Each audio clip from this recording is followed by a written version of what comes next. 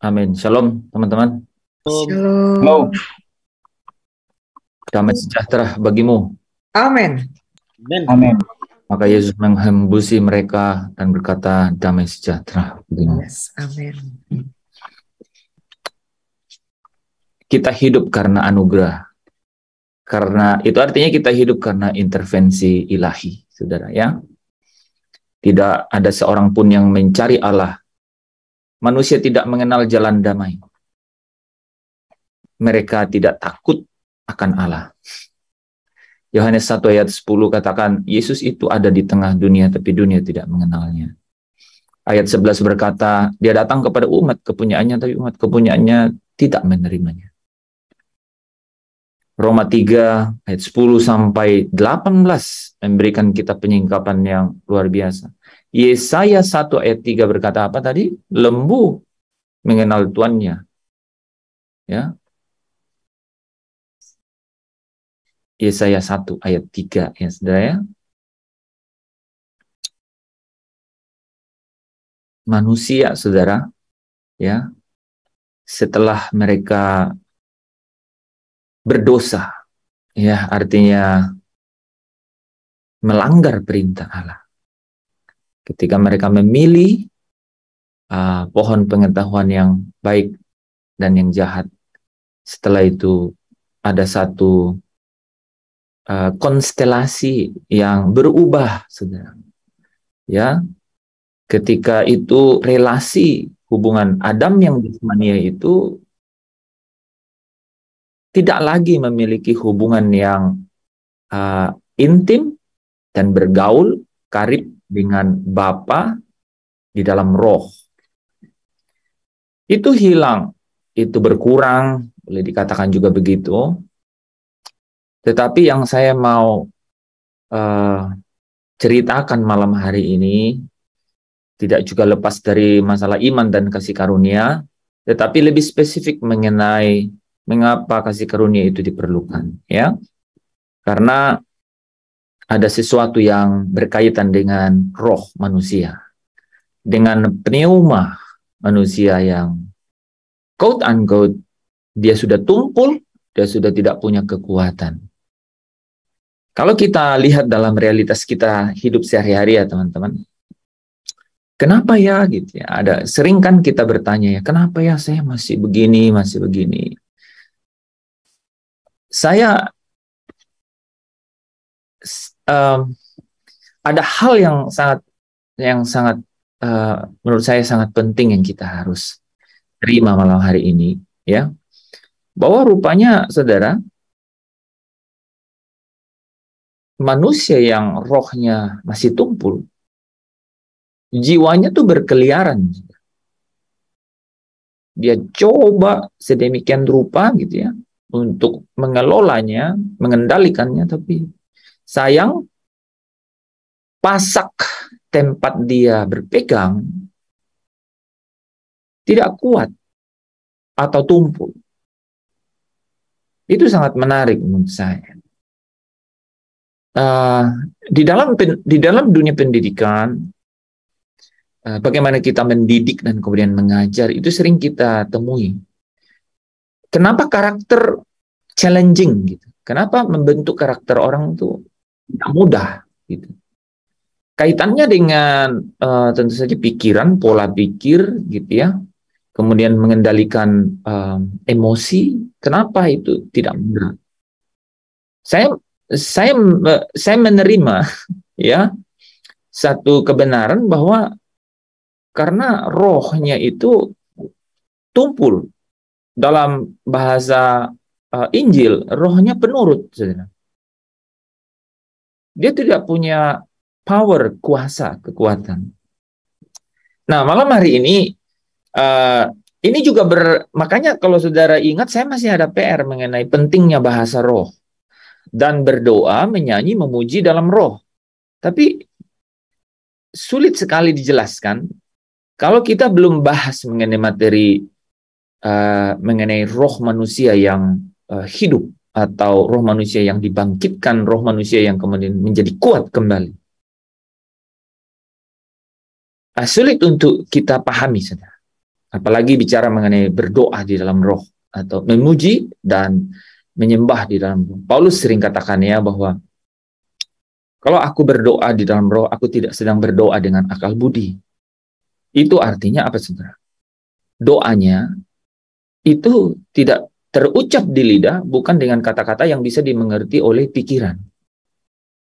Tapi dia berdoa tuh tidak bisa dimengerti oleh pikiran. Jadi memang ada doa yang berdoa di dalam rohnya, gitu. Ada memuji, ada menyembah, mengucap syukur di dalam roh. Artinya dia tidak dapat dimengerti oleh pikiran. Kata-kata yang keluar di lidah. Nah, makanya ini mengerucut ke berbahasa lidah, gitu ya.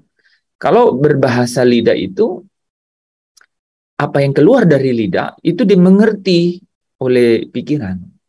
Tapi berbahasa roh itu apa yang keluar dari lidah itu tidak dimengerti oleh pikiran. Nah, sampai-sampai Paulus berkata bahwa rohlah yang menolong kita untuk berdoa kepada Bapa. Untuk katanya apa? Hal-hal yang tidak terucapkan. Saudara dan saya, pasti di antara kita, kalau tidak mungkin semua di antara kita pasti punya hal-hal yang tidak terucapkan ya di dalam batin gitu. Hal-hal yang wah, speechless, udah nggak bisa pokoknya gitu ya. Pokoknya aja udah ngomong pokoknya, jadi tidak bisa diungkap lagi dengan kata-kata. Gitu. Ya, Roma 8 ayat 26 ya. Ada saudara yang wah di dalam keterpurukan gitu ya. Di dalam keadaan yang lagu Bu Maria kemarin ya, Bu Maria. Harusnya kalau lagu itu dinyanyiin itu harus ekspresinya itu benar-benar pas, dan saya kira Bu Maria kemarin pas banget. Mengambil nafas 2-3 menit kemudian bilang tertindih dengan beban berat. Jadi bisa dibayangkan. Nah, jadi komennya Pastor Lepri itu, oh jadi kita jadi tahu, oh oke, benar-benar berat dong. Ya, jantungnya udah dibedah nggak jadi miring gitu ya, dibelah udah diobok-obok modek. Sampai menarik sama Pak Alifri bilang jadi menyanyi ya sebatas begitu karena ada masalah dengan pernapasan kan. Jadi saudara ya? Bukan jantungnya aja, Pak. Aduh, jangan ditambahin, Bu. Iya, ada steroid juga aku. Steroid. Iya, jadinya suaranya kurang ini. Steroid itu katanya ganggu pita suara. Pita suara. Oke. Jadi kalau Paulus bilang duri dalam daging, kalau Ibu itu berduri-duri dalam daging. Berduri-duri. Ya, saudara. Ya, ada lagi kaitannya sama kasih karunia ya, karena kemudian Paulus mendapat penguatan bahwa Bapa berkata kepadanya, Roh Allah berkata kepada dia bahwa cukuplah kasih karunia-Ku bagimu. Ya, saudara, kalau saudara mau ya menikmati kehadiran Roh Allah dalam diri saudara dengan berkata cukuplah kasih karunia-Ku bagimu, maka atmosfernya ya bisa jadi saudara ya ada duri dalam daging, saudara. Nah, saudara yang dikasihi Tuhan, waktu 1 jam ke depan saya tidak mau berbicara sendiri. Saya sebenarnya rindu supaya kita ini ya, karena materi ini tuh sebenarnya tidak bisa dipahami secara sederhana tanpa melibatkan roh saudara sebenarnya. Jadi harus mulai mengenali roh saya ada di mana nih, roh saya sedang terlibat di mana, sejauh apa keterlibatannya, sedang mengendalikankah atau kendalinya sejauh apa roh saya ini, gitu. Atau jangan-jangan semuanya ini sebenarnya di drive atau di lokomotifnya adalah pikiran kita, gitu, ya. Coba ambil waktu sejenak ya, 1-2 menit ya. Bayangkan pikiran saudara dan bayangkan rohnya ada di mana. Pasti tidak mudah ya. Tapi saya menyelami ya keadaan itu saudara ya, dan melihat pergumulan ya kehidupan anak manusia di bawah matahari saudara. Kalau kita ingat Roma 7 ya, Paulus berkata, di dalam batinku aku suka hukum Allah. Tapi di dalam anggota tubuhku itu ada hukum lain. Dan itu adalah hukum dosa katanya. Yang berjuang melawan hukum akal budiku. Jadi yang menarik saudara adalah hukum dosa, perbuatan-perbuatan daging kita itu di dalam anggota-anggota tubuh itu tidak fight langsung dengan roh manusia. Dia itu di tengah-tengahnya itu ada akal budi. Ya, kalau kita perlebar sedikit tuh ada jiwa gitu, ada pikiran dan perasaan. Nah, malam hari ini itu saya ingin kita memahami dari hal itu ya, mengenai roh kita atau roh manusia. Dan saya sudah dahului sebelumnya ya mengenai bagaimana peran Roh Kudus ya, yang menuntun kita untuk dapat digiring. Jadi kata pertama Roh Kudus membawa kita itu adalah ago ya, ago kan ya, digiring. Digiring itu tidak diajak saudara. Digiring itu apa? Kesannya lemah lembut atau dipaksa. Sedikit keras atau bagaimana? Ya, digiring keras. Ya, sedikit sedikit dipaksa kan ya, digiring itu saudara. Jadi Roh Allah itu memimpin kita atau digiring kita supaya kita bisa diajar. Makanya Roma 8 ayat 14 kalau saudara perhatikan, Roh Allah itu setiap orang yang dipimpin Roh Allah artinya digiring, dipaksa oleh Roh Allah, mereka adalah anak Allah, tapi anak Allah di situ huios, artinya anak yang sedang dididik. Gitu. Jadi orang yang dipimpin itu sedang dididik. Nah, untung kita sudah belajar itu sehingga sedikit banyak ya kita bisa mengerti mengenai posisi roh manusia. Ya, kita sudah bagian-bagian terakhir ya, kita belajar itu ya. Nah, roh manusia ya, yang adalah nismat ya, kaim ya, nafas Allah ya, nafas Elohim, itu menarik sebenarnya. Saya mulai dengan kata-kata yang kalau saudara bisa renungkan kembali lagi tadi, bahwa kenapa ya di dalam kita mendidik orang, yaitu karakternya, itu kok tidak mudah, bahkan orang yang terdidik itu bisa akhlaknya jatuh di dalam bagian akhlaknya. Kenapa ya? Saya mendapatkan ya bahwa karena rohnya, karena jiwanya itu saudara, itu liar, tidak dikendalikan oleh rohnya. Nah, roh Adam sebelum jatuh dalam dosa, menarik gitu kan?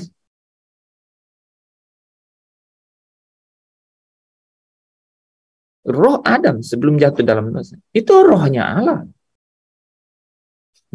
Allah menghembuskan nafasnya. Nishmat khayim. Tapi itu Adam. Ya, Adam. Nah, coba kita bandingkan. Injil berkata ada Adam. Paulus berkata ada Adam kedua. Yaitu Yesus. Adam kedua. ada roh Yesus, roh Allah juga kan di dalam Yesus. Tapi saudara, Yesus dicoba oleh iblis, dia tidak jatuh. Ya. Nah, itu penting tuh di dalam kehidupan kita sehari-hari, Kak. Kita punya kita bergumul dalam hal-hal itu. Roma 7 ayat 21 ya sampai 24. Itu Paulus bergumul sampai di bagian terakhir itu Paulus bilang apa? Aku ini manusia celaka. Jadi seolah-olah dia tahu untuk keluar bagaimana caranya, tapi dia tidak dapat. Sekarang dia tidak bisa. Karena dia ada di dalam tubuh yang fana itu. Di dalam tubuhnya yang fana itu, melalui anggota-anggota tubuhnya, itu ada hukum lain, yaitu hukum tawanan dosa dikatakan. Sekalipun, saudara, Roh Kudus itu membawa dia untuk lepas dari hukum dosa dan hukum maut. Nah, itulah hukum roh Allah. Yaitu Roh Kudus datang, dicurahkan, untuk kemudian membawa ya, kata umum membawa. Karena di situ ada kata ditenggelamkan di dalam, artinya dibaptis. Kemudian ada kata diperlengkapi, artinya dipenuhi. Kemudian ada kata hidup oleh, artinya terus-menerus berjalan, ya, memberikan diri. Akhirnya juga digiring ago, kemudian akhirnya terakhir itu stoikeo, kan, artinya seirama. Barulah rohnya manusia ini conform atau compliance, ya, seirama dengan Roh Kudus. Nah, perjalanan kemuliaan namanya ya, saudara ya. Di dalam setiap perjalanan itu, kenapa dikatakan perjalanan kemuliaan? Karena ada pilihan-pilihan yang merupakan apa? Jalan penderitaan bagi daging. Dagingnya akan teriak karena dagingnya merasa tertekan, tidak dipenuhi keinginannya. Dia menderita. Yang dibilang menderita itu kan dagingnya. Ya, Roma 8 ayat 17 berkata, mereka yang menderita bersama-sama dengan dia dimuliakan. Artinya sebenarnya apa? Artinya orang-orang yang tidak mengikuti keinginan daging lagi, tetapi hidup oleh roh, mereka ini adalah akan dimuliakan. Dimuliakan artinya tidak ada lagi di bawah penghukuman. Kenapa Roma 8 ayat 1 langsung menyimpulkan paling atas. No condemnation. Tidak ada penghukuman bagi orang yang di dalam Kristus. Gitu. Nah, tapi saudara, ini tuh satu proses, ya, satu dinamika yang terjadi di dalam kehidupan manusia yang harus diselesaikan, gitu. Yang harus diselesaikan supaya genap. Jadi dia pakai kata genap, supaya genap. Dan bahkan wahyu Allah kepada Yesus Kristus yang dinyatakan di dalam penglihatannya Yohanes, ya, Rasul Yohanes, dipakai dengan kata-kata barang siapa menang. Wahyu pasal 2, ya, berkata bahwa barang siapa menang, namanya tidak akan kutulis, namanya tidak akan kuhapus dari kitab kehidupan. Jadi, barang siapa menang. Artinya ada pertandingan, ya. Barang siapa menang, namanya tidak akan kuhapus dari kitab kehidupan. Lanjutannya apa, saudara? Tapi aku akan mengaku dia di depan Bapakku. Jadi kembali Bapa pemilik nismat hayim, ya, nafas, itu dikembalikan, saudara. Manusia ini wah luar biasa ceritanya. Ada dinamika yang namanya pertandingan yang bisa diwakili dengan kata pertandingan iman, ditambahin dengan kata-kata pertandingan iman yang benar, berarti ada pertandingan iman yang tidak benar, gitu, saudara. Iman yang terpelihara, ya. Seperti apa, Pak, yang tidak Seperti apa Pak yang pertandingan iman yang tidak benar? Oke, pertandingan iman yang tidak benar itu, saudara, itu pertandingan iman yang bukan iman Abraham, saudara. Imannya Abraham itu adalah tidak lihat Kanaan, tapi lihat tanah air surgawi, saudara. Itulah orang-orang yang mampu disebut sebagai pemenang. Lebih dari pemenang. Barang siapa menang. Dalam kitab Wahyu, saudara ya, sering sekali dikatakan orang-orang di bumi. Penjelasannya bukan mengenai fisik bumi, tapi melekat hatinya dengan bumi. Gitu. Tidak mudah lah ya, saudara yang mengerti ini ya. Jadi pasti kita, Roh Kudus, pasti hanya Roh Kudus yang bisa singkapkan ini dalam kita masing-masing. Mulut saya, kata-kata saya, penjelasan pasti terbatas. Tapi saya yakin Allah itu tidak terbatas. Ya, Roh Allah itu tidak terbatas. Dia yang menyingkap, menuntun saya dan saudara ke dalam kebenaran. Karena saudara kalau mengerti ini, di sini saudara mulai perjalanannya. Yaitu apa? Saudara sudah menjadi orang-orang yang menang sejak dari sini. Ya. Nah, saudara, mari kita sedikit ya refleksi balik nih ya. Kita belajar dulu sedikit ya, belajar sedikit apa yang terkait dengan hal-hal ini ya. Oke, jadi saudara, dari manakah roh manusia itu ya? Supaya kita nanti bisa tahu roh yang hidup, roh yang dihidupkan itu kan ya. Kejadian 2 ayat 7 ya. Ada oke, saya baca. Ada yang bisa baca deh supaya kita bisa interaktif sedikit. Saya dari ini aja. Silakan, ada yang bisa baca? Ketika itulah Tuhan Allah membentuk manusia itu dari debu tanah dan menghembuskan nafas hidup ke dalam hidungnya. Demikianlah manusia itu menjadi makhluk yang hidup. Amin. Amin. Jadi Tuhan Allah, gitu ya, Tuhan Allah, Yehova Elohim. Nama Allah gitu itu Yehova Elohim. Jadi Yehova Elohim, Tuhan Allah, menghembuskan nismat hayim, ya, nafas hidup, breath of life. Nah, saudara kalau sering dengar saya bicara nismat hayim, ya ini adalah nafas hidup, ya. Fayitzer Yehova Elohim et ha'adam afar min ha'adamah fayifah beh afah nismat hayim fayihi ha'adam le nefesi khayah. Ya, jadi ini bahasa apa Bapak? Yang tadi itu bahasa apa? Oh ya, Pak Lepri itu bahasa apa? Pak Dekrit. Bahasa salah. Bahasa Ibrani. Jadi bahasa asli Perjanjian Lama itu bahasa Ibrani dan bahasa asli Perjanjian Baru bahasa Yunani. Yang tadi kita pakai bahasa asli Perjanjian Lama itu Ibrani.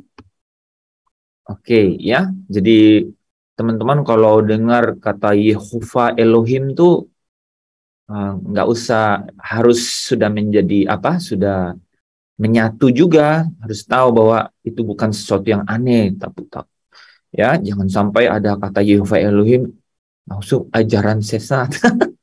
Bahasanya hanya berbeda, saudara ya. Ya kita dulu ada orang ngomong-ngomong begitu kan sebelum kita punya pengetahuan ya begitu kita terbatas gitu ya.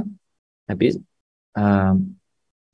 nah, saudara, dari manakah roh manusia itu? Jadi roh manusia itu datang dari Tuhan Allah, saudara. Nah, tetapi bagaimana dengan Hawa? Ya, Kejadian 2 ayat 21 sampai 23. Ada yang bisa baca? Saya, Pak. Oke. Kejadian 2 ayat 21 sampai 23. Lalu Tuhan Allah membuat manusia itu tidur nyenyak ketika ia tidur. Tuhan Allah mengambil salah satu rusuk daripadanya, lalu menutup tempat itu dengan daging. Dan dari rusuk yang diambil Tuhan Allah dari manusia itu dengan daging. Dan dari rusuk yang diambil Tuhan Allah dari manusia itu, dibangunnyalah seorang perempuan, lalu dibawanya kepada manusia itu.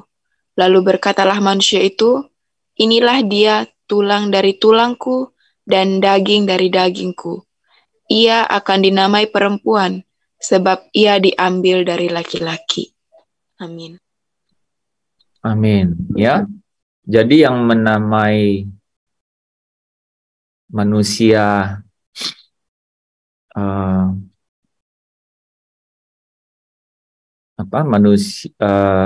manusia selain laki-laki itu adalah laki-laki ya, saudara ya.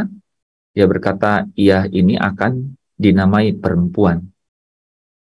Nah, jadi ini juga penting gitu ya.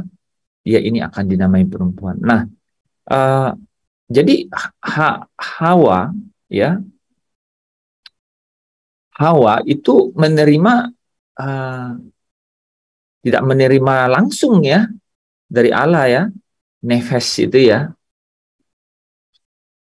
Manusia pertama, penghembusan nafas hidup itu hanya berlangsung satu kali. Ya. Dari Adam muncul, yaitu melalui Adam, kan? Ya, tadi ya. Nah, dari Adam itu muncul Hawa, manusia lainnya atau keturunan-keturunan mereka. Ya. Laki-laki dan perempuan diciptakan satu untuk yang lain. Jadi bukan seakan-akan Allah membuat mereka manusia setengah-setengah atau tidak lengkap, melainkan Allah menciptakan mereka untuk satu persekutuan pribadi, sehingga kedua orang itu menjadi penolong. Satu untuk yang lain, karena di satu pihak mereka itu sama sebagai pribadi, tulang dari tulangku, daging dari dagingku. Sedangkan di lain pihak mereka saling melengkapi dalam kepriaan dan kewanitaannya. Bagus nih untuk ada insight ya. Jadi pria dan wanita itu harusnya, saudara bisa membayangkan sekarang kan, yang pria ya, wanita itu adalah tulangmu, dagingmu gitu ya.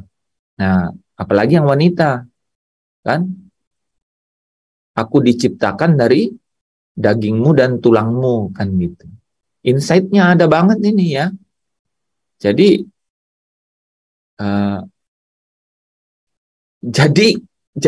itu satu gitu loh. Itu satu. Ya. Jadi pada saat mengenai tidak dapat dipisahkan gitu ya, kita bisa juga lihat dari sini gitu ya. Nah, artinya manusia Hawa ya, manusia Hawa itu menerima dari Adam. Ya. Allah yang membangunnya, tapi didapatkan dari Adam. Nah, kita lanjut. Setelah Adam dan Hawa, bagaimana, saudara? Ya, dalam perkawinan perdana ini Allah mempersatukan mereka sedemikian erat sehingga mereka menjadi satu daging, ya, dan dapat meneruskan kehidupan manusia. Katanya apa? Beranak cuculah dan bertambah banyaklah, penuhilah bumi. Jadi Allah sejak hari ke-7 memang berhenti menciptakan, namun apakah berhenti sampai di sini? Tidak ya, saudara ya. Manusia diberi mandat dengan apa? Meneruskan karya pencipta itu. Ya, atas cara yang sangat khusus, yaitu dengan cara beranak cucu, beranak pinak, ya. Dengan roh yang tentu saja diciptakan oleh Allah. Nah, kita lihat ya. Dalam Ayub 33 ayat 4 ya. Roh Allah telah membuat aku dan nafas. Nah, ini kan sudah keturunan Adam dan Hawa ini. Nefes tadi, nafas atau nismat ya, yang Maha Kuasa membuat aku hidup. Jadi the breath of the Almighty, ya. Nismat ya, Shaddai ya, Nafas yang maha kuasa ini yang membuat manusia itu hidup. Oke, ya. Jadi kita ketemu lagi ya, nishmat atau nafas yang dari yang maha kuasa, ya. Nah, Pengkhotbah 12 ayat 7, ya. Dan debu kembali menjadi tanah seperti semula, dan roh atau ruah kembali kepada Allah yang mengaruniakannya. The spirit shall return unto God, ya. Jadi feharuah, ya. Dan roh, tuh feharuah, ya. Roh kembali kepada Allah yang mengaruniakannya. Artinya roh itu memang dikaruniakan oleh Allah, ya.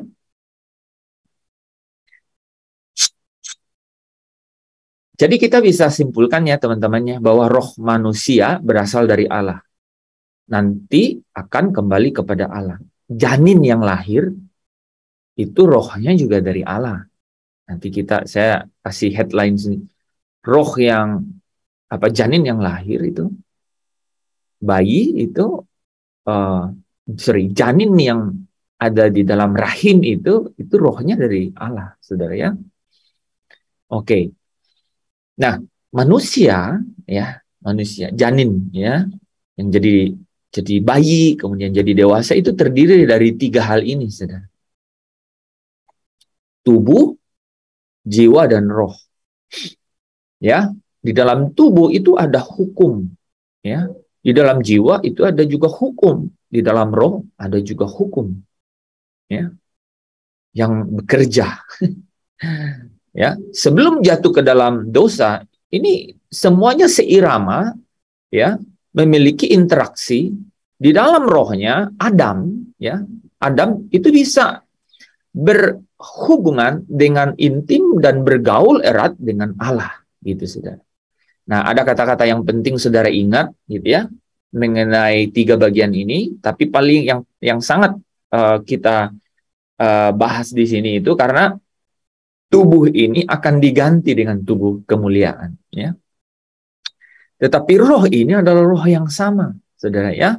Ruah atau pneuma ya, di dalam Yunani pneuma. Jadi di dalam perjanjian baru, roh itu saudara akan menemukan kata pneuma.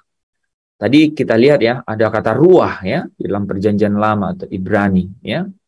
Jiwa itu dalam perjanjian baru saudara ketemukan dengan psyche ya, Yunani ya.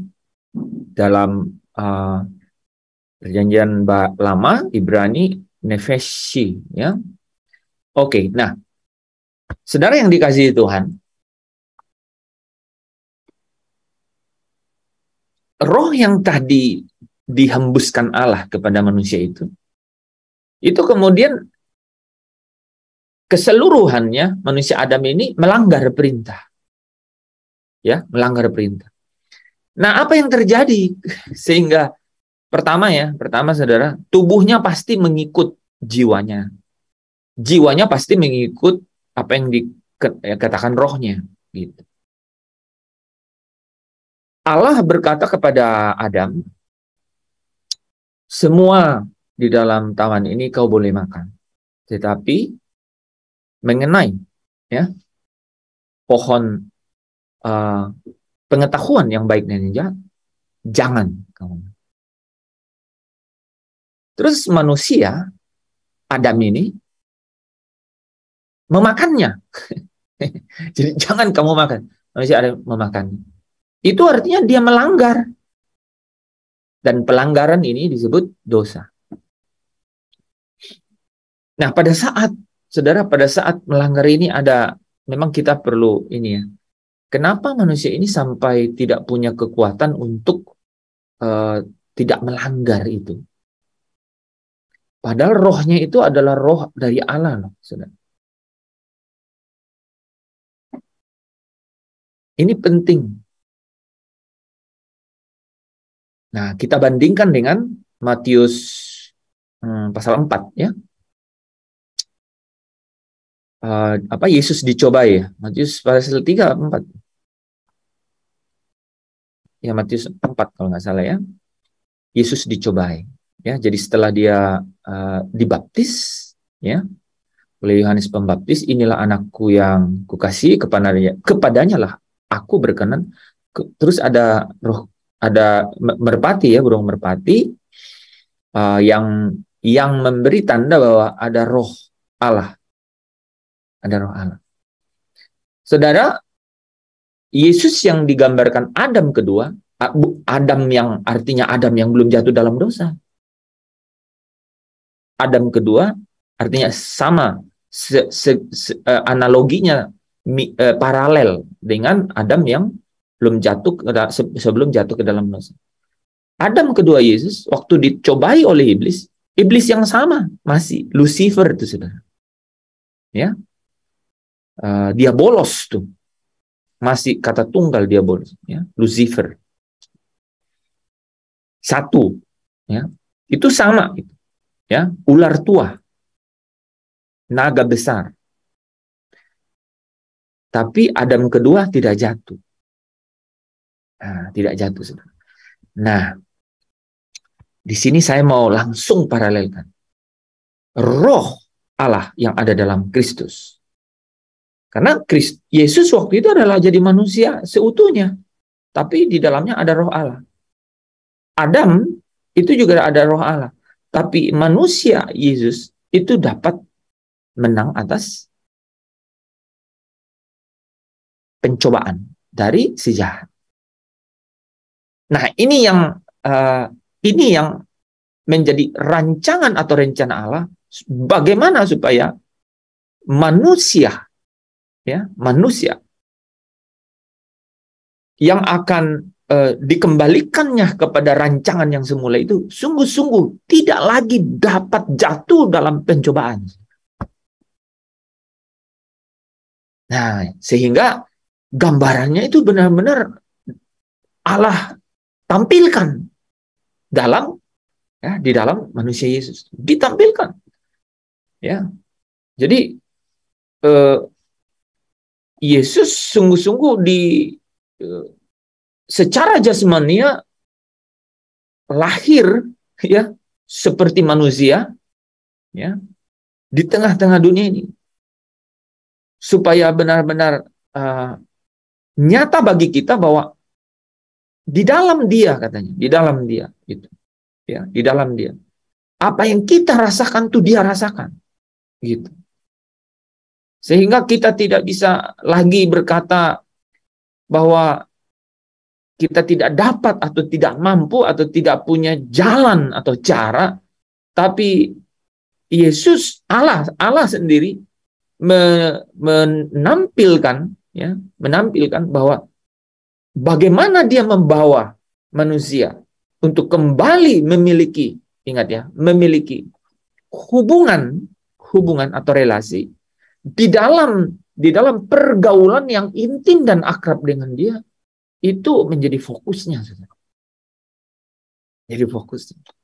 Nah, manusia Yesus tampil, ya, saudara ya. Dan saudara yang dikasihi Tuhan, ya, roh Allah yang kemudian ada di dalam Kristus ini, saudara ya, ada di dalam Kristus. Ini yang menuntunnya, saudara, ini yang menuntunnya untuk dapat tidak jatuh di dalam pencobaan. Roh yang sama juga yang kemudian membangkitkan Kristus itu dari kematian. Nah, saudara yang dikasihi Tuhan, ya, ini yang akan menjadi potret kita. Bagaimana supaya ketika Kristus nanti menyatakan diri dalam kemuliaannya, itu manusia yang mengikut, yang menjadi serupa dengan Kristus, itu juga turut di dalam kemuliaannya. Nah, itu dengan cara apa, saudara? Itu dengan cara apa? Itu dengan cara bahwa 3 elemen manusia, yaitu tubuh, jiwa, dan rohnya ini harus diperbaharui. Saudara. Nah, tubuh yang fana secara jelas-jelas dikatakan bahwa akan hancur, ya, dan akan diberikan tubuh kemuliaan. tetapi roh akan kembali. Ya, dan jiwa itu akan menyertai rohnya ini. Akan menyertai rohnya. Nah, roh dan jiwa seperti apa yang kemudian mendapatkan tubuh kemuliaan kembali kepada Bapa, itu adalah roh dan jiwa yang diperbaharui. Oke? Roh dan jiwa yang diperbaharui. Ada tubuh yang akan menerima tubuh kemuliaan. Ya. Kita tidak bisa usahakan itu, Saudara. Saudara nanti diberikan tubuh kemuliaan. Saya dan saudara diberi tubuh. Setiap orang yang dibangkitkan bersama dengan kedatangan Kristus, dia akan diberi tubuh kemuliaan. Ya, karena ketika Kristus datang, maka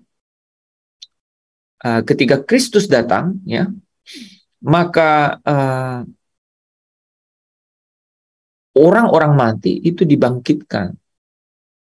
Orang-orang hidup diubah dalam sekejap untuk menerima tubuh kemuliaan. Nah, itu bagi orang-orang yang apa?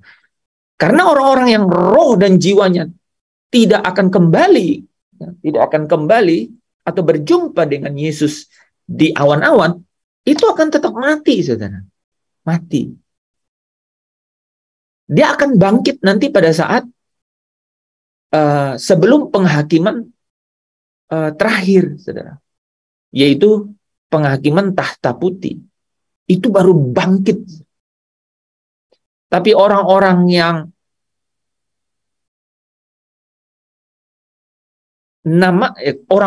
menang, gitu ya, orang-orang yang menang, saudara, itu akan dibangkitkan. Nah, yang dibangkitkan ini, saudara, ya, yang dibangkitkan ini adalah roh, ya, dan jiwanya, saudara. Ya. Nah, ya, oke. Nah, ada 3 elemen kan. Jadi tubuh akan diberi tubuh kebangkitan, ya. Kemudian jiwa ini, saudara, ya, jiwa ini kita sering bahas kalau jiwa. Kalau jiwa ini, saudara, ini yang berkaitan dengan iman dari 3 elemen ini itu adalah jiwa. Jiwa itu pikiran, psuke, ya, jiwa, ya, pikiran, perasaan, kehendak yang nyata dalam perbuatan. Ini yang kaitannya dengan iman. 1 Petrus 1 ayat 9 katakan apa? Engkau telah mencapai tujuan imanmu, yaitu keselamatan jiwamu. Nah, serupa dengan Yesus. Ya, habitsnya, karakternya serupa dengan Yesus. Tapi tahukah, saudara, yang terpenting dari semuanya ini adalah rohnya, saudara. Rohnya itu nggak boleh seperti roh Adam yang jatuh dalam dosa. Tapi roh yang harus dibaharui. Roh yang serupa dengan roh Kristus. Yang tidak jatuh oleh pencobaan si jahat, saudara. Nah, ini melalui apa? Melalui proses setiap hari. Dan itu dikatakan rohnya dihidupkan, saudara. Nah, mari kita lihat bahwa apa, saudara? Bagaimana jiwa, saya ulang ya, bagaimana jiwa kita dapat menemukan keselamatannya? Sudah sering dibahas ya, jiwa kita akan menemukan keselamatannya dengan cara iman. Ya, dengan cara iman. Ya.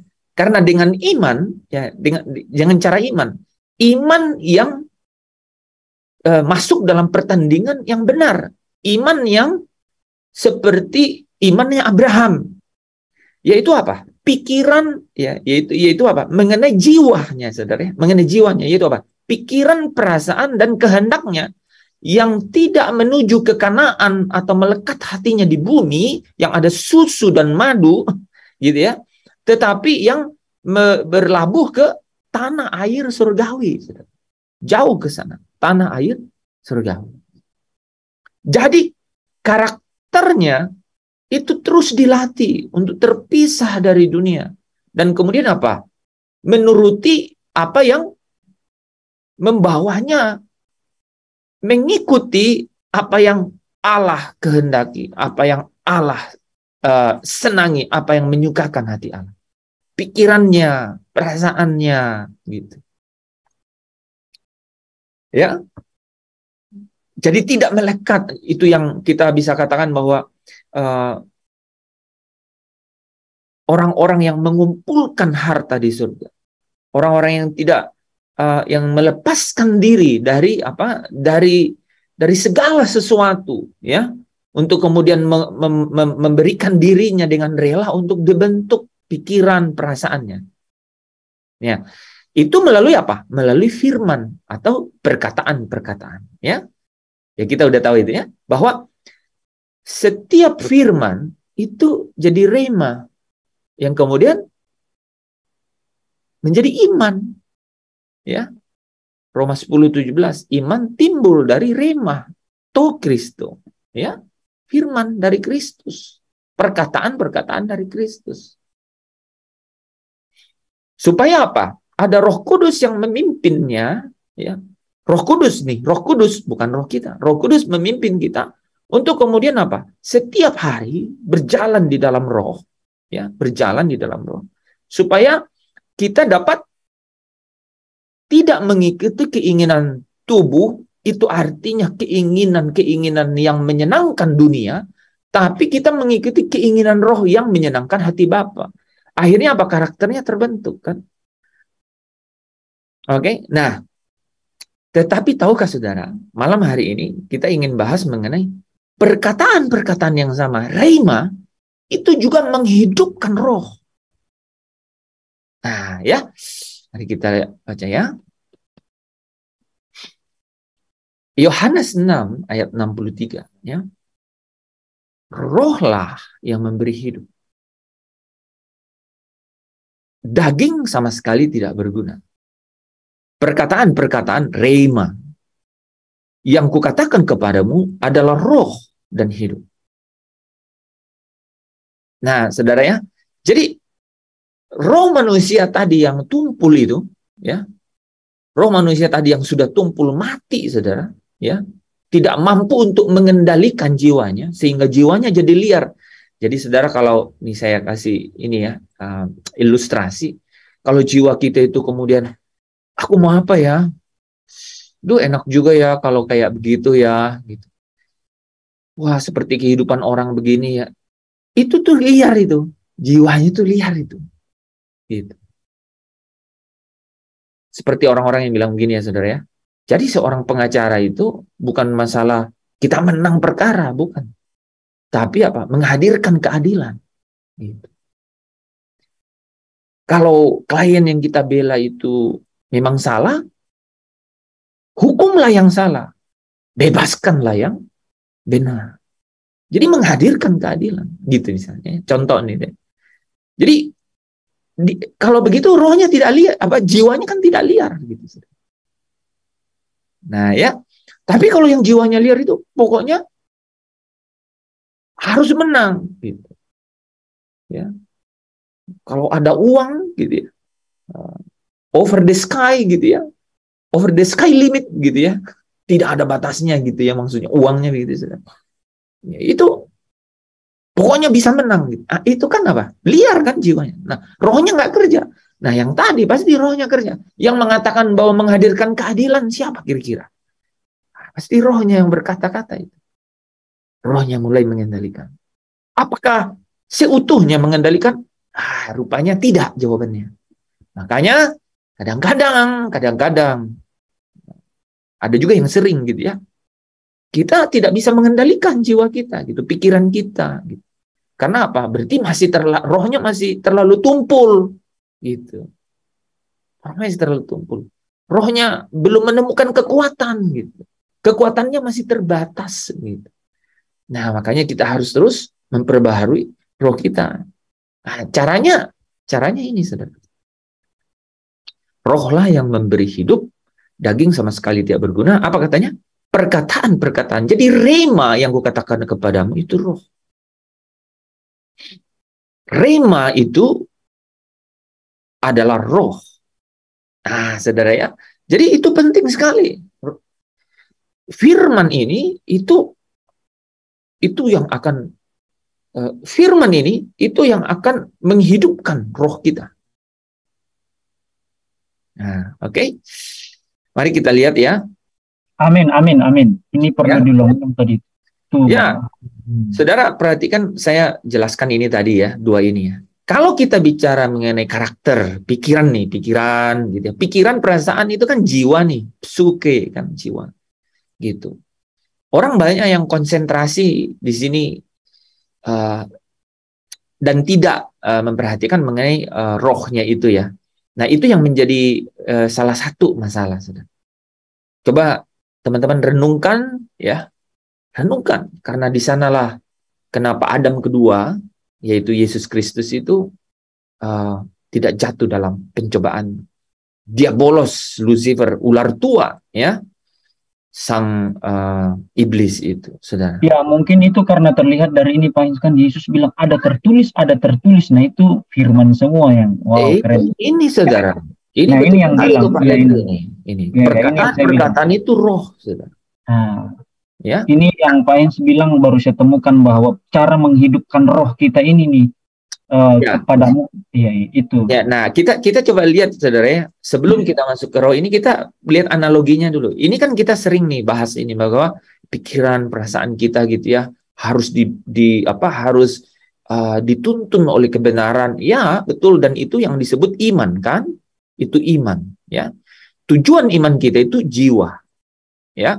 Dan iman yang kita jadikan tujuan itu ya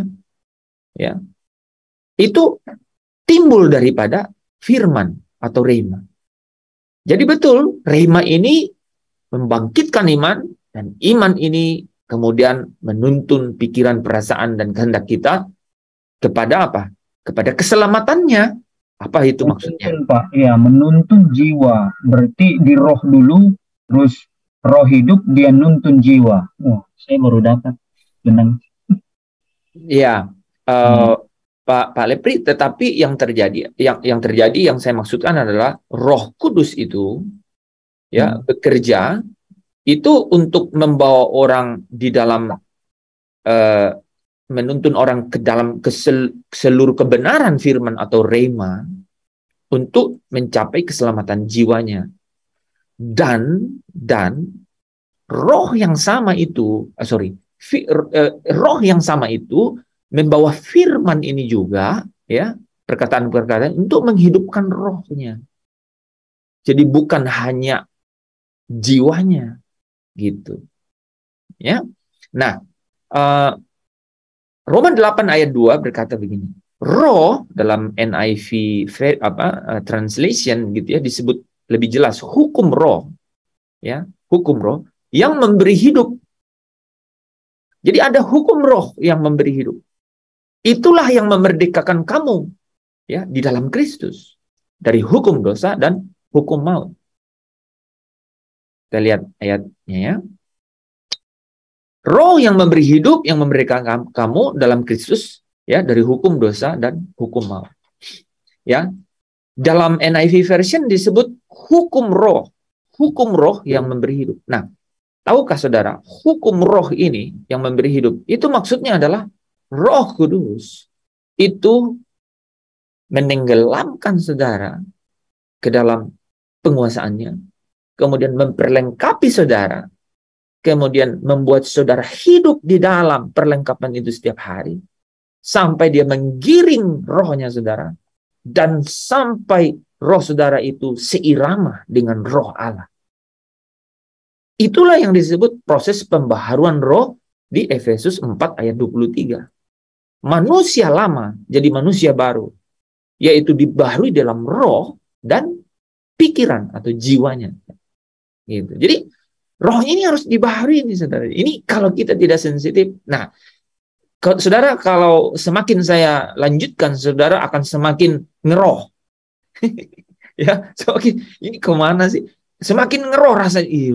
Rohnya di mana? Roh gue di mana? Harus saudara cari ya, minta roh Tuhan, Roh Kudus ya singkapkan kepada saudara. Ada nih, ada bagian di dalam kita ini ada roh Allah yang menuntun roh kita itu. Nah, eksistensi keberadaan roh saudara itu harus saudara sadari. Ya, pikiran kita, perasaan kita pasti menyadari kehadiran roh itu karena roh ini yang mengendalikan jiwa sebenarnya. Ya. Nah, saudara, hukum roh yang memberi hidup ini itu adalah kuasa. Nah, ini yang menarik. Itu sebabnya Yohanes 1 ayat 12 itu berkata, diberinya kuasa eksausia. Gitu. Hak istimewa, itu roh itu. Itu roh itu. Supaya kuasa ini dapat mengatur, menggiatkan ya dari Roh Kudus ya. Jadi kuasa yang mengatur dan menggiatkan yang datang dari Roh Kudus yang bekerja dalam roh orang percaya. Oke. Nah, Roh Kudus ini masuk ke dalam kehidupan orang berdosa dan membebaskan mereka dari kuasa dosa. Nah, saudara kalau lihat kata-kata ini sangat general ya. Ini Roh Kudus memasuki kehidupan orang berdosa dan membebaskan mereka dari kuasa dosa. Ini adalah Allah Bapa memeteraikan kita dengan Roh Kudus. Ya kan? Tapi Roh Kudus yang sudah dimeteraikan Bapa ini, kemudian apa? Di dalam kerajaan Kristus, itu roh itu, ya. Yesus Kristus sendiri itu menenggelamkan kita dalam penguasaannya melalui apa? Firman. Bagaimana caranya? Ya, Roh Kudus berkata, baca firman. Jadi saudara ditenggelamkan di dalam roh itu dengan cara apa? Punya kerinduan, kehausan, baca firman. Semakin baca firman, semakin kedagingan saudara itu lepas gitu ya. Semakin kedagingan itu memiliki kekuatan yang semakin lemah. Saudara. Rohnya kuat. Dari apa? Dari setiap firman. Ditenggelamkan dalam penguasaan. Nah, dia memasuki kehidupan orang berdosa. Memasuki, artinya ditenggelamkan di dalam penguasaannya. Ya, sampai mereka dapat dibebaskan dari kuasa dosa. Karena ada meterai itu. Ya, seperti di Roma 7 ayat 22 sampai 23 ya. Dikatakan di sini sebab di dalam batinku, Paulus bilang begitu, aku suka akan hukum Allah. Jadi ada hukum lain atau hukum dosa yang melawan hukum Allah. Ya. Di dalam batinku aku suka akan hukum Allah, tetapi di dalam anggota-anggota tubuhku aku melihat hukum lain yang berjuang. Saudara perhatikan ini ya. Jadi di dalam batinnya itu dia suka hukum Allah. Karena sudah dimeterai. Senang suka. Tapi di dalam anggota tubuh itu ada hukum lain. Hukum lain ini adalah hukum dosa. Saudara. Ini hukum dosa yang ada dalam anggota tubuh. Jadi dalam anggota tubuh ada hukum lain atau hukum dosa. Dia berjuang melawan hukum yang ada dalam jiwa. Di dalam jiwa. Ya, di dalam jiwa atau akal budi. Ya. Jadi Roh Kudus masuk ke dalam kehidupan orang percaya dan bebaskan mereka dari hukum dosa. Ya. Supaya hukum dosa ini tidak lagi membelenggu kehidupan mereka. Prosesnya tidak instan. Prosesnya adalah satu perjalanan. Di dalam jiwa kita namanya pertandingan iman yang menghasilkan jiwa yang selamat. Tapi di dalam roh itu ada proses yang namanya pembaharuan roh. Nah, itu yang disebut dipenuhi rohnya setiap kali. Oke. Hal yang lain adalah hukum roh ini ya yang memberikan hidup ini bekerja. Saudara perhatikan. Ya, ini masuk menarik. Itu bekerja secara leluasa pada setiap orang percaya yang menyerahkan diri untuk menaati Roh Kudus. Saya ulang, tadi hukum roh itu adalah apa? Roh Kudus menenggelamkan orang ya ke dalam penguasaannya, kemudian melengkapi mereka, kemudian menggiring mereka sampai seirama dengan roh Allah. Jadi menenggelamkan roh manusia itu. Jadi hukum roh itu adalah hukum yang membawa Roh Kudus untuk memimpin roh manusia untuk dapat seirama dengan roh Allah. Nah, itu dapat bekerja secara leluasa.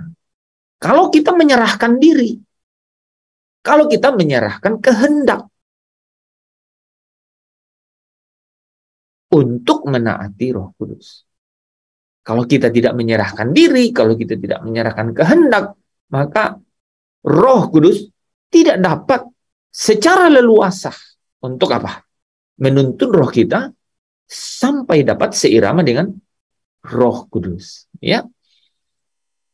Mari kita baca ini ya. Ada Roma 8 ayat 4 sampai 5 dan ayat 13 14. Nah, saudara bisa lihat ya. Menurut Roh Kudus, roh manusia akan hidup. Oke. Jadi saudara bisa lihat ya, supaya tuntutan hukum Taurat digenapi di dalam kita. Kita ini siapa? Kita yang tidak hidup menurut daging, tetapi menurut roh. Ya. Yang tidak hidup menurut daging, tetapi menurut roh. Menurut roh. Jadi merelakan diri, jadi roh Allah leluasa bekerja di dalamnya. Sebab mereka yang hidup menurut daging memikirkan hal-hal dari daging. Mereka yang hidup menurut roh memikirkan hal-hal yang dari roh. Mereka yang hidup menurut roh memikirkan hal-hal yang dari roh. Sebab jika kamu hidup menurut daging, kamu akan mati. Saudara lihat ya. Jika kamu hidup menurut daging, roh kamu akan mati. Yang mau katakan begitu. Tetapi jika oleh roh kamu menaati perbuatan-perbuatan tubuh, tetapi jika oleh roh kamu mematikan perbuatan-perbuatan tubuhmu, oleh Roh Kudus, ya, kamu mematikan perbuatan tubuhmu, kamu akan hidup, rohmu akan hidup. Makanya ayat 14 itu bilang gini, semua orang yang digiring roh Allah oleh Roh Kudus, itu adalah anak-anak Allah yang sedang diajar. Adalah orang percaya yang sedang diajar, ya, sedang dibimbing, sedang diasuh, sedang dididik untuk apa? Untuk menjadi apa? Orang-orang yang bergaul dan memiliki relasi atau hubungan dengan Allah.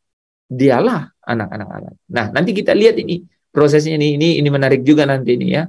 Bagaimana itu rohnya itu dihidupkan sampai dia menjadi teknon ya. Oke. Jadi saudara, mereka orang-orang yang menyerahkan kehendak gitu ya. Ya, menyangkal diri, menyerahkan kehendak, artinya membiarkan Roh Kudus leluasa membimbing, mengasuh rohnya sendiri ini untuk dapat seirama dengan Roh Kudus, Roh Allah. Mereka ini akan mendapati kekuatan baru. Inilah roh manusia yang menjadi kuat. Ya, yang bekerja di dalam diri manusia itu. Suatu kuasa yang memungkinkan mereka, nah ini ya, suatu kuasa yang memungkinkan mereka itu mengendalikan pikirannya. Dan kemudian pikiran mengendalikan anggota tubuh untuk mengatasi dosa atau menang di atas pencobaan. Oke. Oke. Nah, kita lanjut ya. Sampai di sini ada yang mau bertanya?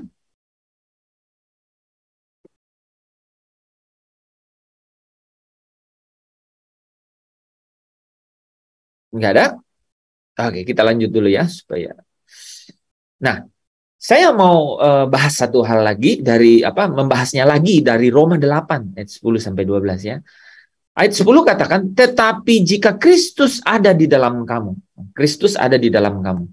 Jadi Kristus ada di dalam kita itu tandanya apa sih? Roh Allah dimeterai, ya. Roh Allah dimeterai, kemudian apa? Apa tanda bahwa Kristus ada di dalam kita? Kita percaya kepada Kristus. Apakah setiap orang yang percaya kepada Kristus ada di dalam dia? Jika Kristus ada di dalam kamu itu kan ada Roh Kudus di dalam kita.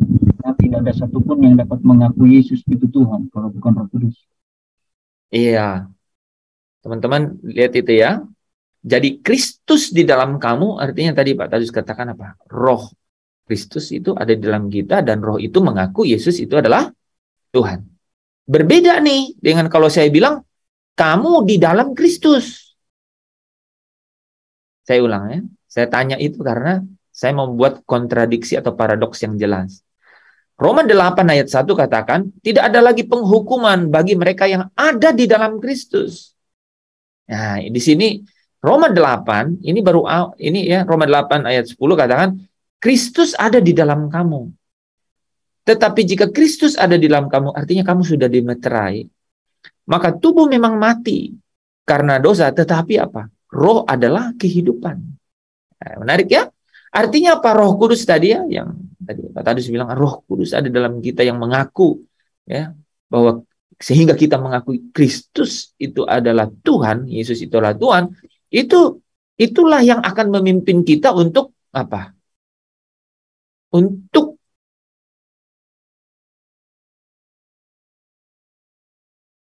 supaya roh kita ini dihidupkan ya oleh kebenaran, saudara. Ini menarik ya. Tetapi roh adalah kehidupan oleh karena kebenaran. Jadi perkataan-perkataan yang kukatakan kepadamu adalah roh, pneuma, ya. Ya pneuma ini, roh ini itu ya, itu yang kemudian apa? Memberikan kamu kehidupan ya. Oke. Nah, dan jika roh dia ya yang telah membangkitkan Yesus. Nah, ini ya. Roh dia yang telah membangkitkan Yesus dari antara orang yang mati diam di dalam kamu, maka ia yang telah membangkitkan Kristus Yesus dari antara orang mati akan menghidupkan juga tubuhmu yang fana oleh rohnya yang diam di dalam kamu. Ini mengenai tubuh nih, saudara ya. Ini mengenai roh ya. Jadi saudara-saudara, kita adalah orang berhutang tetapi bukan kepada daging supaya hidup menurut daging. Ini artinya apa, saudara? Ini artinya kita ini orang berhutang kepada Roh Kudus. Artinya apa? Kita ini orang yang berhutang supaya kita apa? Tidak hidup menurut daging, tapi hidup menurut tuntunan Roh Kudus. Oke?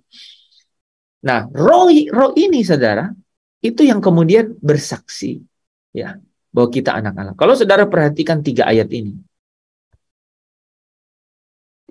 semuanya ada kata anak Allah, tapi dalam bahasa Yunani yang berbeda nih sebenarnya. Anak Allah di ayat 14, ada anak Allah di ayat 15, dan ada anak-anak Allah di ayat 16.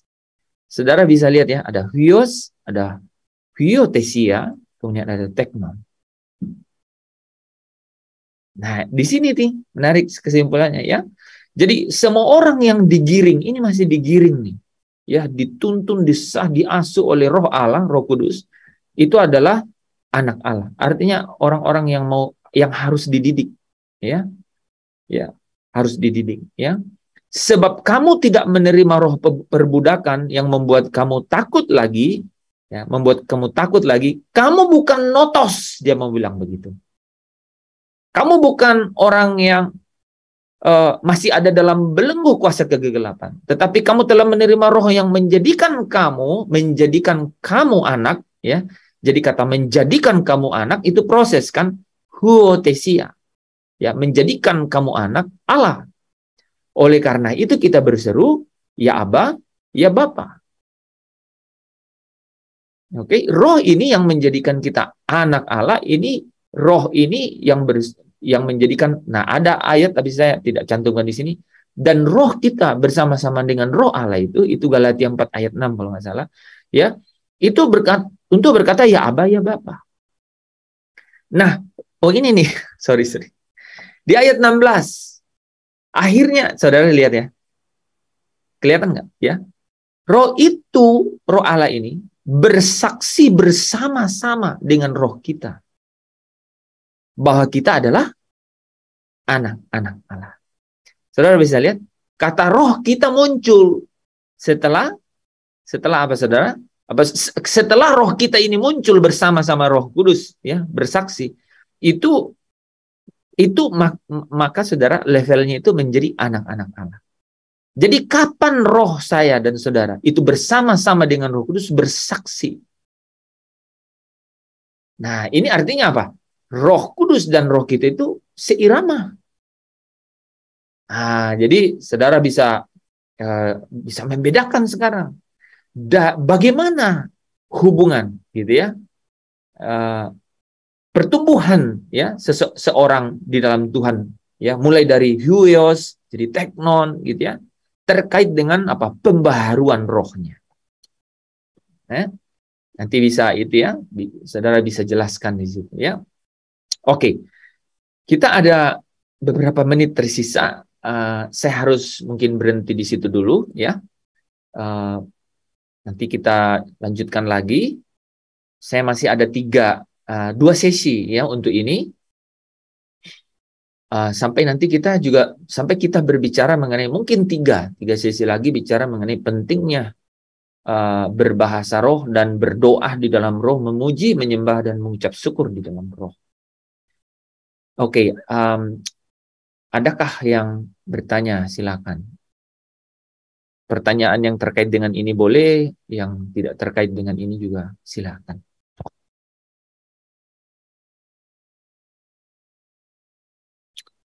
Ini ada. Ini menurut saya materi penting karena ini menghidupkan roh ini, roh manusia ini selama ini kan orang di jiwa. Jadi ini perlu didiskusikan ini Pak En. Saya baru malam ini nih baru nyambung tentang menghidupkan roh manusia. Selama beberapa hari nggak ngerti. Malam ini baru terbuka karena ada bahasa aslinya. Ini harus didiskusikan di seluruh. Baru bisa ke tahap selanjutnya yang materi Pak En. Iya, bisa Pak. Makanya saudara tapi manusia lama, manusia baru tahu ya. Apa perbedaan manusia lama dan manusia baru?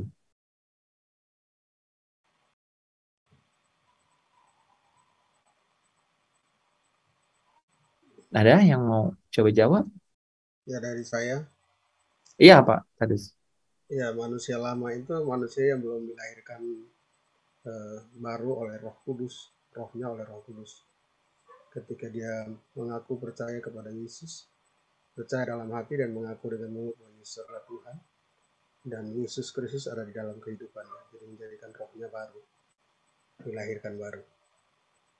Saya tambahkan Pak Tadus. Itu mungkin yang pertama. Yang kedua adalah manusia lama itu keinginannya hanya ingin berbuat dosa. Kalau manusia baru itu keinginan ingin melakukan seperti yang Kristus lakukan. Punya gairah yang baru, keinginan yang baru. Tidak punya lagi keinginan yang lama karena dia udah manusia baru. Oke. Nah, teman-teman, kalau saya kasih lihat ayat ini ya, menyimpulkan apa yang Pak Tadus dan Pak Lepri sebutkan nih. Saya lihat ya. Kelihatan nggak ya? Kelihatan. Kelihatan nggak? Tapi terbaca nggak? Kelihatan tapi tidak terbaca. Oke. Nah, saudara bisa lihat ya, karena kamu telah mendengar tentang dia dan menerima pengajaran di dalam dia menurut kebenaran yang nyata di dalam Yesus. Ini harus dimulai dengan kata-kata ini. Karena orang yang tidak mendengar dan menerima pengajaran mengenai kebenaran yang nyata di dalam Kristus, itu tidak bisa mengerti manusia lama dan manusia baru. Oke, saya pakai ini ya. Nggak akan bisa. Dia tidak dapat membedakan gitu. Ya, saya kasih ini ya. Kalau saya gini masih terbaca nggak? Masih ya? Masih terbaca. Masih. Oke. Terus ada manusia baru. Oke. Nah, tadi jadi orang yang belum mendengar ya. Orang yang belum mendengar tentang dia dan menerima pengajaran di dalam dia menurut kebenaran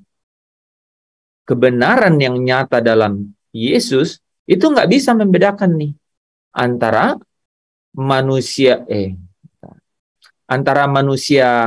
lama dan manusia baru. Ya. Tidak bisa nih membedakan ini nih. Oke, nah kalau kita baca selanjutnya, yaitu bahwa kamu, ya, ini mirip-mirip dengan Efesus 1 ayat 13, ya, cara menuliskannya. berhubung dengan kehidupan kamu, apa? Kehidupan kamu yang lama. Harus menanggalkan manusia lama. Yang mana itu? Yang menemui kebiasaan oleh nafsunya yang menyesatkan. Jadi masih mengikuti nafsunya. Supaya, ya. Nah, perbedaan utama antara manusia lama dan manusia baru itu adalah apa, saudara? Kalau kita lihat dari sini.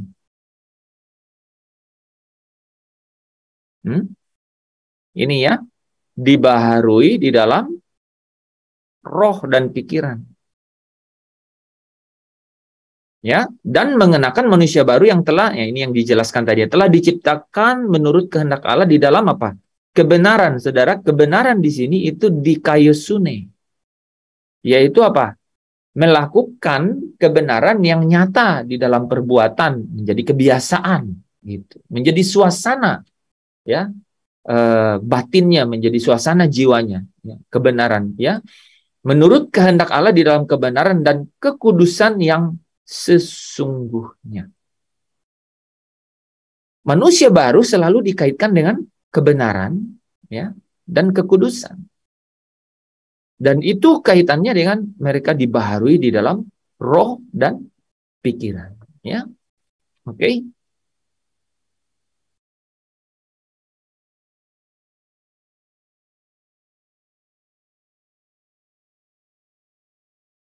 Ya, kalau tidak ada, mungkin ya gimana ya, Pak Tadus? Ya, mungkin itu harus lebih dijelaskan, mungkin berkaitan dengan Kejadian 3 ayat 3 yang Yesus Tuhan berkata bahwa ketika kamu memakannya maka kamu akan mati. Nah, yang mati di situ mungkin bisa lebih dijelaskan sehingga kita bisa tahu manusia lama dan baru seperti apa. Ya, jadi bagus tuh ya, Pak Tadus angkat ayat itu ya. Jadi kamu akan mati, saudara ya. Kamu akan mati itu arti secara mutlak absolutnya, saudara. Itu adalah tidak lagi dapat hidup di dalam kekekalan kemuliaan bersama Bapa. Itu mati itu. Jadi secara status tidak memiliki lagi kesempatan atau eksausia, tidak memiliki stage atau tidak memiliki privilege, saudara, untuk kemudian dapat menempati kerajaan di dalam kemuliaan yang kekal. Makanya semua orang setelah itu selalu bertanya, bagaimana masuk ke dalam kerajaan Allah? Bagaimana dapat melihat kehidupan yang kekal? Itu ternyata selalu sana. Jadi mati itu artinya tidak punya kesempatan itu. Artinya apa? Mati itu manusia berada di bawah hukuman. Nah, itulah hukum dosa dan hukum maut. Hukum dosa artinya apa? Mereka melanggar perintah. Itu artinya apa? Mereka tidak punya hubungan yang erat bergaul lagi dengan Tuhan. Nggak punya. Nah, yang kedua, hukum maut artinya apa? Mereka akan berakhir mati. Harusnya tubuh mereka tidak akan menemukan akhirnya. Gitu. Tubuh mereka harusnya tidak selesai, gitu ya. Tidak busuk, tidak akan, nafasnya tidak akan dicabut, ya, dan kemudian dagingnya membusuk, tapi tubuhnya akan tetap. Tapi karena mereka dalam keadaan gitu, mereka mati. Itu secara apa? Secara tubuh. Nah, secara tubuh. Nah, secara jiwa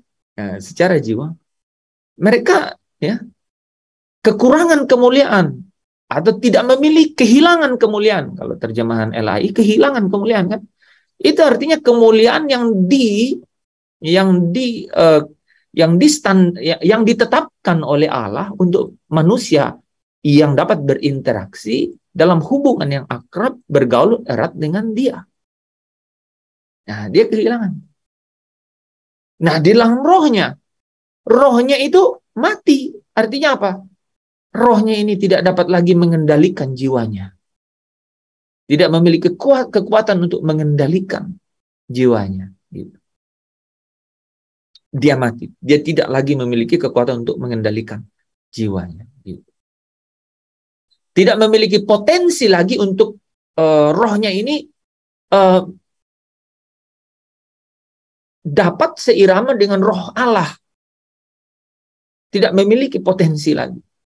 Ya, karena kalau kita bilang bahwa rohnya tidak lagi memiliki kekuatan untuk mengendalikan jiwanya itu bukan saja itu, karena pada saat Adam belum jatuh dalam dosa, itu juga dia tidak mampu itu lolos dari pencobaannya si iblis itu. Tapi setelah itu apa yang berbeda? Dia tidak memiliki lagi potensi itu, exousia. Nah, makanya pada saat Yohanes 1 ayat 12 katakan, barang siapa yang menerimanya itu diberinya kuasa, diberikan hak istimewa, diberikan privilege, diberikan kapasitas atau kesempatan untuk apa? Untuk dapat masuk dalam proses gitu. Masuk dalam proses. Proses apa? Pertumbuhan gitu. Proses pertumbuhan. Proses pertumbuhan apa? Dalam gambaran yang sesungguhnya adalah pembaharuan rohnya gitu. Dalam roh. Atau pembaharuan pikiran dalam jiwanya. Gitu, Pak. Jadi mati secara utuh diterjemahkan dengan tidak punya lagi kesempatan untuk masuk ke dalam kerajaan yang kekal. Ya, kemuliaan yang kekal, ya. Ke dalam kehidupan yang kekal. Karena di dalam hadis itu juga kekal, ya.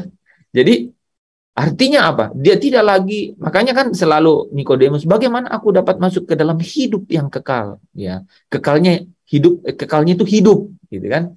Bagaimana orang kaya itu bilang, bagaimana aku masuk ke dalam kerajaan surga, gitu. Ya kan? Surga di mana Bapa ada maksudnya, gitu kan? Jadi hilang, tidak ada kemungkinan lagi. Makanya sering diterjemahkan orang manusia terpisah dari Allah, gitu. Tapi di dalam secara detail tubuhnya mati, harusnya tubuhnya akan satu saat nanti metabolismenya akan berhenti, nafasnya akan tercabut dan kemudian membusuk. Harusnya itu tidak terjadi. Jiwanya ini takluk terhadap hukum-hukum dosa, ikut daging gitu.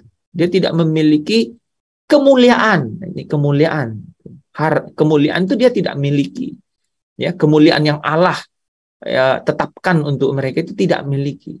Yang ketiga, gimana kita tahu kemuliaan yang ditetapkan Allah untuk manusia? Di dalam manusia Yesus. Kita dapat melihat itu. Ya kan? Yesus bilang anak manusia sarang miliki sarang gitu ya. Liang burung tidak punya burung punya sangkar, serigala punya liang, anak manusia tidak punya tempat untuk membaringkan kepala. Jadi ada gambaran-gambaran kemuliaan gitu, yang kita bisa lihat, ya, serupa dengan Yesus. Yesus adalah gambaran kemuliaan yang ditetapkan oleh Allah untuk manusia dapat berinteraksi, ya, bergaul, berhubungan dengan Dia. Gitu. Nah, rohnya sama, Pak. Ya, rohnya tidak lagi memiliki potensi. Gitu. Sehingga Roh Kudus itu diutus oleh Allah dalam nama Yesus, katanya begitu kan? Gitu. Untuk supaya apa? Menghidupkan roh manusia yang mati ini, yang mati. Yang mati itu artinya saya kasih quote-unquote gitu, kenapa? Karena rohnya tetap ada, cuman tumpul, tidak dapat mengendalikan jiwanya, gitu.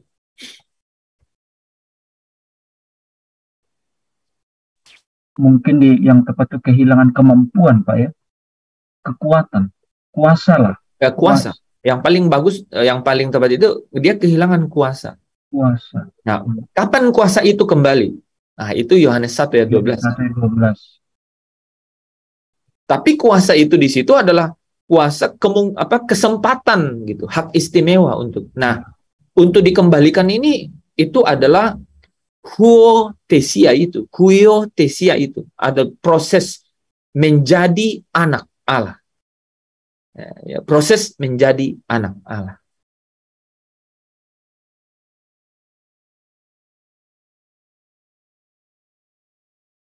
Nah, kalau kita mengerti ini, kebenaran ini, kita itulah yang disebutkan bahwa karena kamu akan mati dan benar dia melanggar mati, artinya dia tidak bisa komunikasi lagi dengan Allah. Putus hubungan. Rohnya tidak mampu lagi karena sebelumnya itu kan komunikasi full kan. Itu bicara tentang. Ya, jadi sebelumnya itu sekalipun Adam ini secara jasmania, tapi rohnya itu di dalam rohnya dia itu bisa berbicara dengan roh Allah. Nah, roh Allah. Ya. Jadi kita juga bisa melihat percakapannya kan Allah dengan Adam itu kan gitu. Nah, yang menarik kan begini Pak Lepri. Setelah itu kan Musa juga bercakap-cakap dengan Allah. Ya, setelah itu Elia juga berbicara dengan Allah, Henok dibilang bergaul dengan Allah walaupun tidak ada rekaman dia bercakap-cakap. Tapi yang paling kelihatan tuh Musa bercakap-cakap dengan Allah kan gitu. Nah, siapa yang datangin Musa? Allah yang datangin Musa. Jadi berbedanya apa? Allah intervensi langsung kepada manusia. Tapi dia pilih menurut perjanjian lama itu menurut roh kebijaksanaan Allah. Dia datang. Kepada Abraham dia datang. Gitu. Nah, tetapi bagi umat-umat setelah perjanjian yang baru, yaitu setelah Yesus Kristus menggenapi. Jadi bukan karena Yesus baru datang, Yesus menggenapi seluruh rencana Allah sejak Abraham dipanggil. Makanya ada anak Abraham, iman Abraham, Injil kepada Abraham. Itu digenapi di dalam Yesus. Apanya yang digenapi, Pak? Lucifer, Diabolos, ular tua, ya, naga besar itu diikat ke dalam jurang maut. Tidak punya tempat di surga, karena kalau dia masih di surga, dia mendakwa. Selesai. Manusia yang menerima Kristus ada di dalam kerajaan Kristus. Untuk dapat digarap, pakai kata gitu ya, kalau sawah digarap, untuk dapat digarap oleh Tuhan. Nah, untuk dapat digarap ini artinya apa? Dibaharui rohnya dan jiwanya gitu. Untuk menjadi manusia baru. Manusia Allah.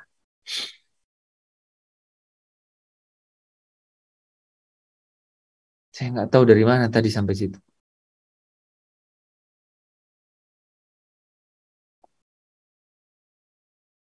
Oke, teman-teman. Jadi kalau ada teman-teman yang tanya, kenapa ya Pak? Ini sering saya dengar.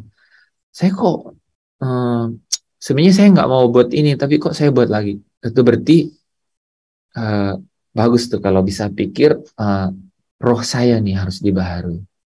Saya udah tahu banyak kebenaran loh Pak. Pikiran saya tahu, saya nggak mau ini, tapi berarti rohnya, roh kita harus dibaharui. Oke, kita tutup dalam doa ya. Bapa yang maha agung dan mulia, Kau hadir di tengah-tengah kami.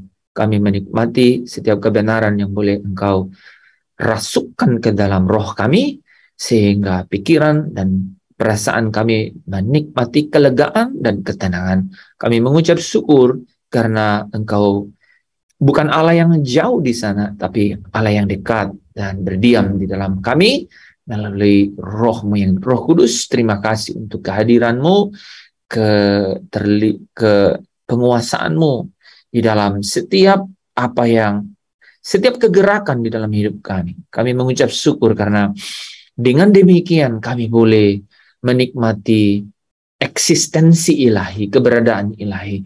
Kami boleh menikmati suasana atmosfer kerajaan Allah ada di tengah-tengah kami.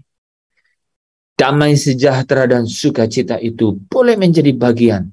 Di dalamnya kami menikmati pengharapan di dalam Tuhan. Bukan karena semua fasilitas dunia. Bukan karena semua hari-hari baik, kondisi yang baik. Bukan karena ada janji-janji manis, tapi karena kami tahu bahwa ada pengharapan yang sesungguhnya di dalam Kristus yang sedang bekerja. Janji yaitu kebenaran firman Tuhan. Janji kasih yang setia, kasih yang terus dikerjakan Allah di dalam hidup kami. Yaitu untuk membentuk kami, membaharui roh dan pikiran kami. Suatu hari nanti, dari perjuangan yang kami terus kerjakan setiap hari, dari niat usaha yang engkau lihat sendiri, kami boleh engkau dapati berkenan. Kami engkau boleh dapati sempurna. Kami engkau boleh dapati setia sampai akhir. Terima kasih Bapa, tambah-tambahkan kemurahan, limpahkan kasih-Mu itu dalam hidup kami. Supaya setiap kali kami jatuh, setiap kali kami terpeleset, kami boleh menerima kemurahan-Mu. Supaya kami boleh dibawa ke dalam sumur sukacita Tuhan, di mana kami menikmati kelegaan yang sesungguhnya. Ke dalam sungai air kehidupan, di mana kami dapat menikmati kehidupan untuk selama-lamanya. Terima kasih Bapa. Setiap kami malam hari ini yang ada di dalam kelemahan tubuh Tuhan jamaah, kami doa secara khusus untuk saudara kami Winnie, Ita, bahkan teman-teman yang kami tidak dapat, kepada Ibu Maria, kami doa supaya setiap teman-teman kami yang ada dalam kelemahan itu, malam hari ini ada kuasa yang bekerja di dalam kami, kuasa yang membangkitkan Kristus dari kematian, kuasa yang sama yang dapat mengarahkan setiap pikiran dan perasaan masuk dalam ketenangan, dan ini yang juga akan membangkitkan tubuh yang fana itu, supaya sel-selnya boleh menjadi pulih, setiap panca indera, setiap metabolisme tubuh dikembalikan, sel-sel yang aus, yang lemah, yang rusak, diberikan sel-sel yang baru, kuat kembali dalam nama Yesus. Setiap keadaan-keadaan fisik yang lemah, kami doa dalam nama Yesus dipulihkan semua. Pembengkakan dikembalikan, dipulihkan dalam nama Yesus. Di dalam nama Yesus, pulih dalam nama Yesus. Aku perintahkan di dalam roh, supaya segala kuasa dari tempat yang mati, kuasa di dalam Yesus Kristus yang telah bangkit dari kematian, bangkit dari kelemahan, itu dapat menuntun setiap pemulihan, penyembuhan ini dalam nama Yesus. Kami Tuhan yang menghadapi keadaan-keadaan yang menekan, rintangan-rintangan, bahkan tantangan-tantangan yang berat, target-target yang tinggi, kami doa dalam Yesus. Engkau yang memperlengkapi dengan kuasa ilahi-Mu, sehingga kami diberikan Tuhan oleh karunia-karunia yang luar biasa, sehingga kami mampu mengatasi setiap permasalahan-permasalahan. Kami dapat mampu diberikan hikmat, karunia-karunia hikmat, karunia-karunia iman, supaya kami dapat Tuhan mengetahui apa jalan Tuhan, apa yang dikehendaki Tuhan, apa yang terbaik, apa yang kami harus lakukan untuk dapat melewati setiap cobaan, setiap rintangan, setiap target, supaya kami dapat supaya kami dapat mengatasinya di dalam nama Yesus. Terima kasih Bapa. Allah, Engkau hadir di tengah-tengah kami untuk memberkati kami. Arahkan hatimu kepada Tuhan dan pandang wajah-Nya.